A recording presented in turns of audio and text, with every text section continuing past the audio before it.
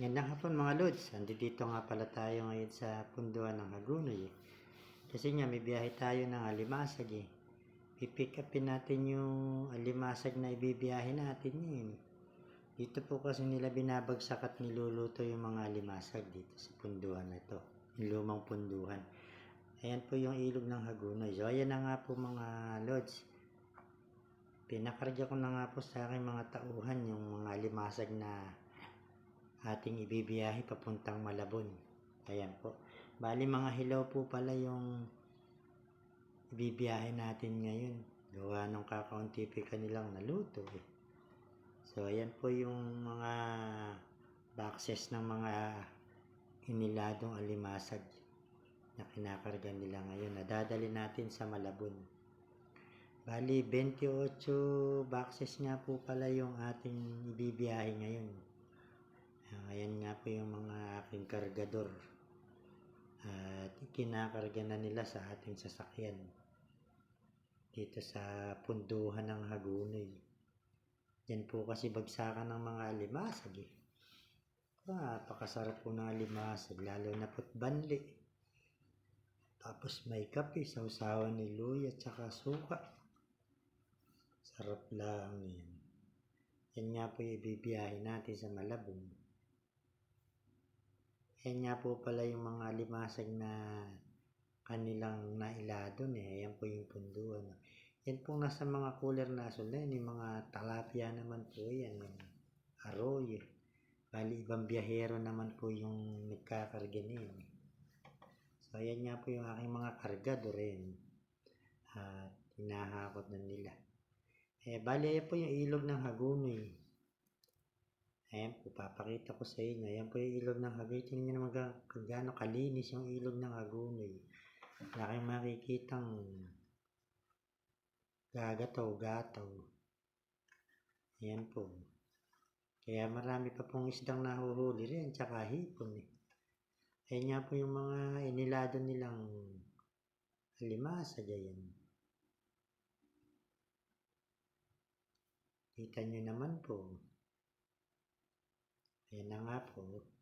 At ayan po yung mga aking tagapagluto ng alimasag. Bali, pangalawang hango pa lamang po yun. Kaya wala po tayong mga bibiyahing luto. Tingnan nyo naman.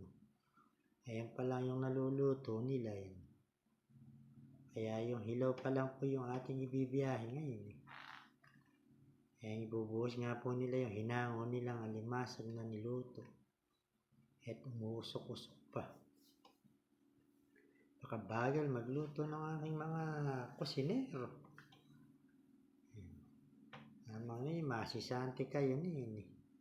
Bagal kayo magluto, halabos lang eh. Upad. Eri naman dalawang eh, napakabagal magkarga ng cooler. Kaya na nga po yung niluto nila, yan lang. Dua, pinapapak pa nila kaya hindi makaipon ng luto eh.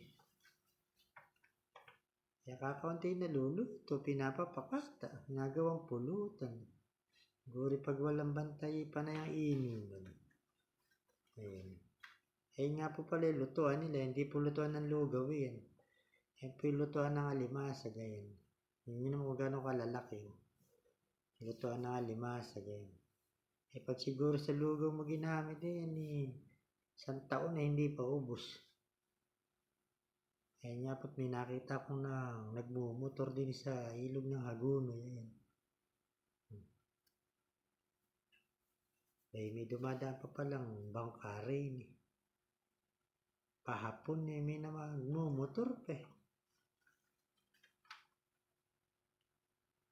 Papunta pong San Pascual eh. Ayan nga po pala yung mga talapia na sinasabi kong arroyo. Na ibibiyahe din eh. Ibang biyahero naman ng magbabiyahe niya sa Malabon.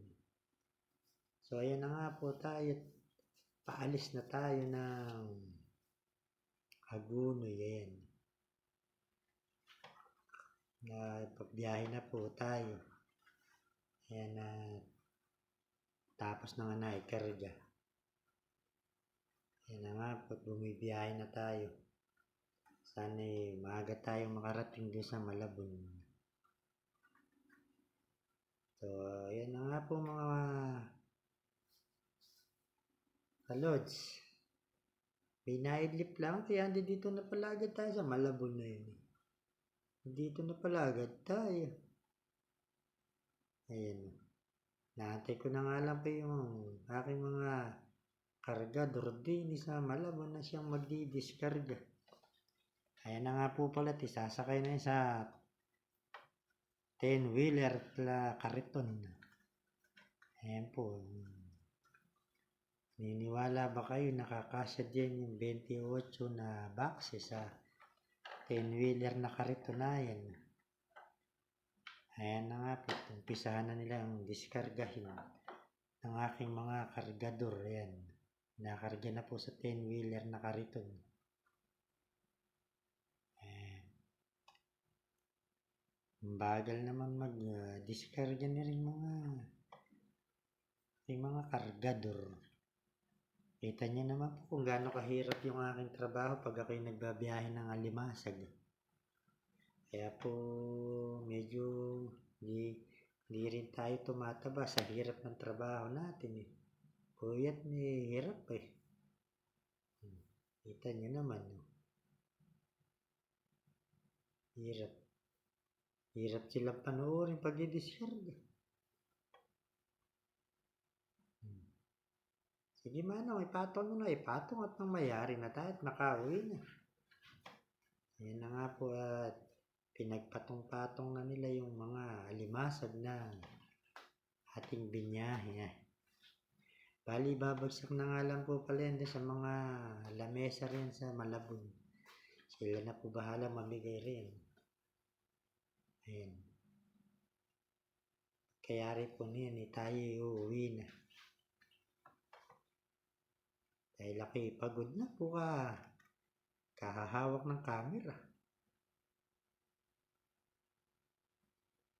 Kailangan mapahinga.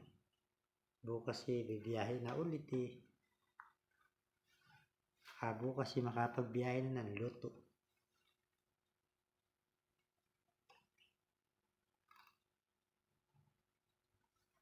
Ayan po yung mga alimasag na ating ibinyahe dito sa Malabon. Na 28 kahon o styro. Ayan po mga kalods.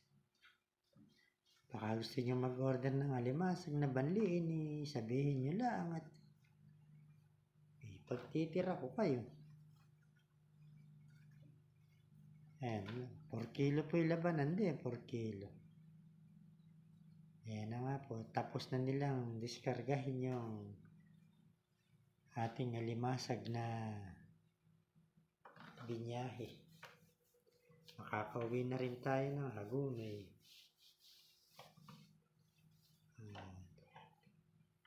Sige po mga lodi at maya-maya kami uwi na. Paki-like and share na lang po yung aking mga uploaded video para mas maraming makapanood. Pakisuportahan na rin po yung aking Facebook page at YouTube channel. Ayan po. Ayan mga lodi, tapos na silang maggarga.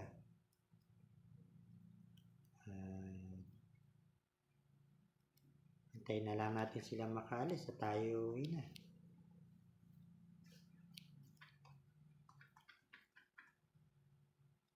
Ayan, nakita nyo naman mga lodi, nagkasya yung 28 boxes sa 10-wheeler na karito nila. Yan yung panghakot dito sa Malabon mga 10-wheeler na kariton.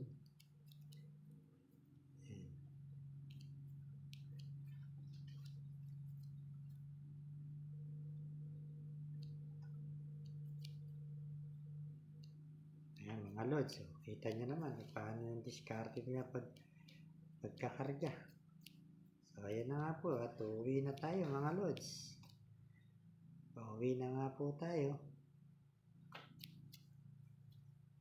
Nagpapahinga na rin tayo. Nakita nyo kung gaano kahirap yung aking trabaho. Pag ako'y nagbabiyahe ng alimasag.